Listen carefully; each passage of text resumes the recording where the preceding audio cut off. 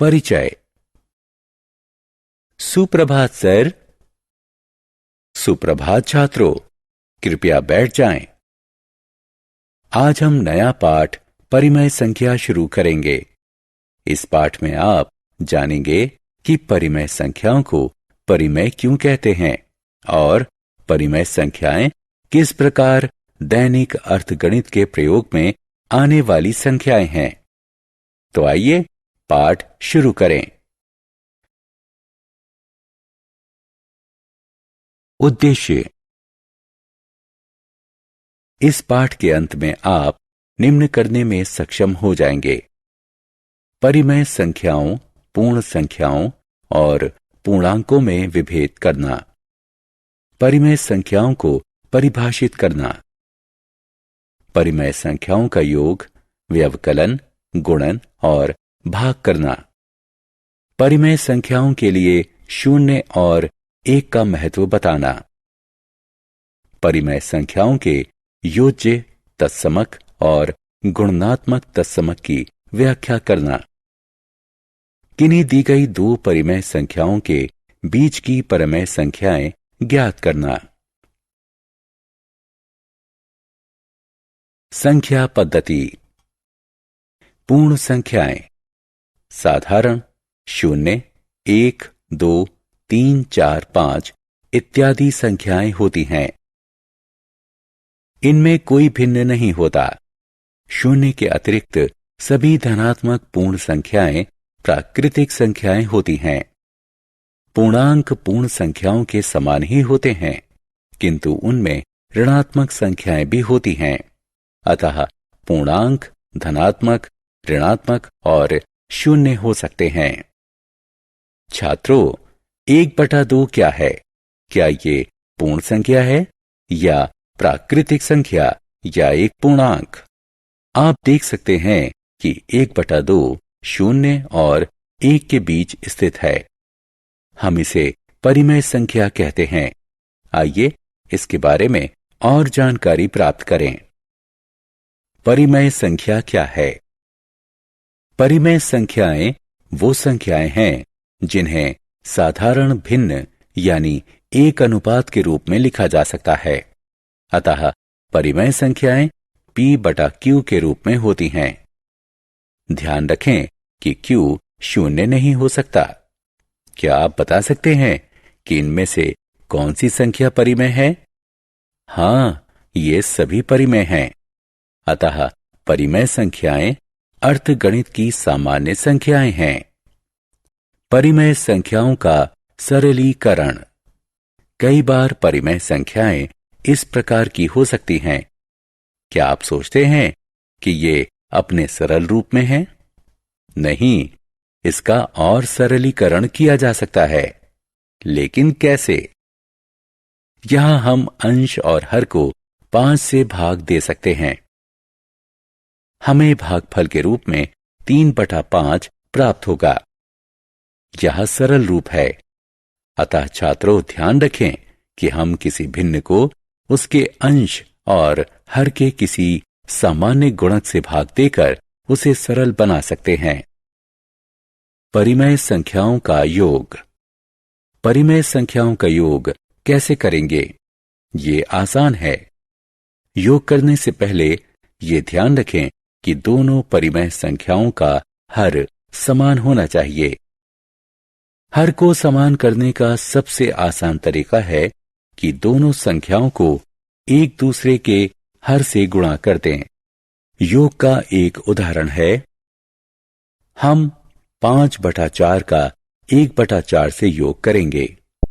देखिए, इनका हर पहले ही से समान है। अतः अंश का योग करके उसी हर के ऊपर लिख देंगे। इस भिन्न को 3/2 के रूप में सरलीकृत किया जा सकता है। परिमेय संख्याओं का व्यवकलन। परिमेय संख्याओं का व्यवकलन भी योग के समान ही होता है। परिमेय संख्याओं का व्यवकलन करने से पहले सदैव समान हर प्राप्त करें। यदि यह समान नहीं है तो दोनों संख्याओं के हर का एक दूसरे से गुणन कर दें। यह व्यवकलन का एक उदाहरण है। हम 5/7 से 1/7 को घटाएंगे। हम जानते हैं कि हर पहले ही से समान है, अतः अंश का व्यवकलन करके उसके परिणाम को उसी हर के ऊपर रखते हैं। परिमेय संख्याओं का गुणन। अब हम परिमेय संख्याओं का गुणन सीखेंगे। यह सबसे आसान है। दो परिमेय संख्याओं का गुणन करने के लिए उनके अंश और हर का इस प्रकार परस्पर गुणन कर दीजिए। यह एक उदाहरण है। हम 1/3 का 3/5 से गुणन करेंगे। सबसे पहले अंश का गुणन करेंगे, अब हर का गुणन करेंगे। इस भिन्न को 1/5 के रूप में और भी सरल बनाया जा सकता है। परिमेय संख्याओं का भाग। परिमेय संख्याओं का भाग भी बहुत आसान है। सबसे पहले दी गई दूसरी संख्या को उलट दीजिए, यानी उसके अंश को हर और हर को अंश से बदल दीजिए। इसके पश्चात इस संख्या का पहली संख्या से सामान्य गुणन कर दीजिए। यह एक उदाहरण है। हम 1/4 और 1/6 को भाग देंगे। अब हम दूसरे भिन्न को उलट देंगे, जिससे इसका व्युत्क्रम प्राप्त हो जाएगा। पहले भिन्न का व्युत्क्रम से गुणन कर दीजिए। इस भिन्न को 3/2 के रूप में सरल किया जा सकता है। 0 और 1 की भूमिका। यहां हमने एक परिमेय संख्या में 0 का योग किया है। आपने क्या ध्यान दिया? जब हम किसी परिमेय संख्या से 0 का योग करते हैं तो योगफल सदैव वही परिमेय संख्या होती है। इसलिए 0 को परिमेय संख्याओं का योज्य तत्समक कहते हैं। अब एक परिमेय संख्या से 1 का गुणन करिए। आपने क्या ध्यान दिया? जब हम किसी परिमेय संख्या का गुणन 1 से करते हैं तो गुणनफल वही परिमेय संख्या होती है। इसलिए 1 को परिमेय संख्याओं का गुणनात्मक तत्समक कहते हैं। योज्य और गुणनात्मक प्रतिलोम। अध्ययन के दौरान आपने ऋणात्मक संख्याओं को देखा होगा। क्या -1 ऋणात्मक मान है 1 का? हां, क्योंकि 1 जमा कोष्ठक में -1 के बराबर 0 होता है। अतः हम कह सकते हैं -1 1 का ऋणात्मक मान या योज्य प्रतिलोम है। इसी प्रकार किसी भी परिमेय संख्या जैसे 3/7 के लिए योज्य प्रतिलोम -3/7 योज्य प्रतिलोम होगा। विचार कीजिए कि 7/19 का किस परिमेय संख्या से गुणन करने पर गुणनफल 1 प्राप्त होगा। निश्चित ही यह संख्या 19/7 होगी। अतः हम कह सकते हैं कि 19/7 7/19 का व्युत्क्रम या गुणनात्मक तत्समक है। परिमेय संख्याएं प्राप्त करना। क्या आप जानते हैं कि किन्हीं भी दो परिमेय संख्याओं के बीच में अनंत परिमेय संख्याएं होती हैं? अतः हम इनके बारे में जानेंगे।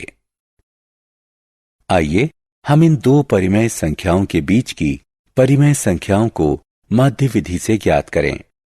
अतः हम कह सकते हैं कि 3/8 1/4 और 1/2 के बीच में स्थित है। सर्वप्रथम इन संख्याओं का योग ज्ञात करें जो 3/4 आएगा। अब इस योगफल को 2 से भाग दें। हम जानते हैं कि भाग में दूसरी संख्या उलट जाती है और चिन्ह गुणन के चिन्ह में परिवर्तित हो जाता है। इस संक्रिया को करने के बाद हमें परिमेय संख्या 3/8 प्राप्त होती है। आत्म मूल्यांकन। आइए आपकी जानकारी की परीक्षा लें। संबंधित स्थान पर उचित विकल्प लगाएं। सारांश। आइए हमने जो कुछ सीखा है उसे संक्षेप में दोहराएं।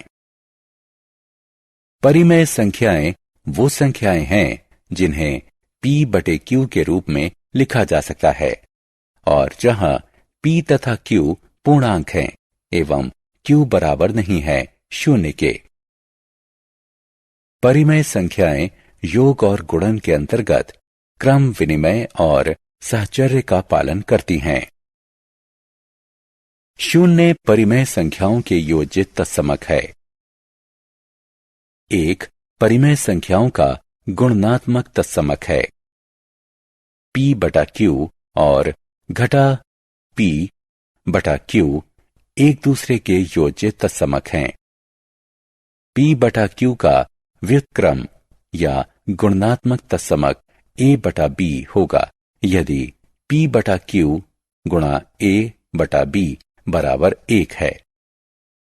सभी परिमेय संख्याओं a, b और c के लिए a कोष्ठक में b जमा c बराबर ab जमा bc और a कोष्ठक में b घटा c बराबर ab घटा bc को वितरण का गुण कहते हैं।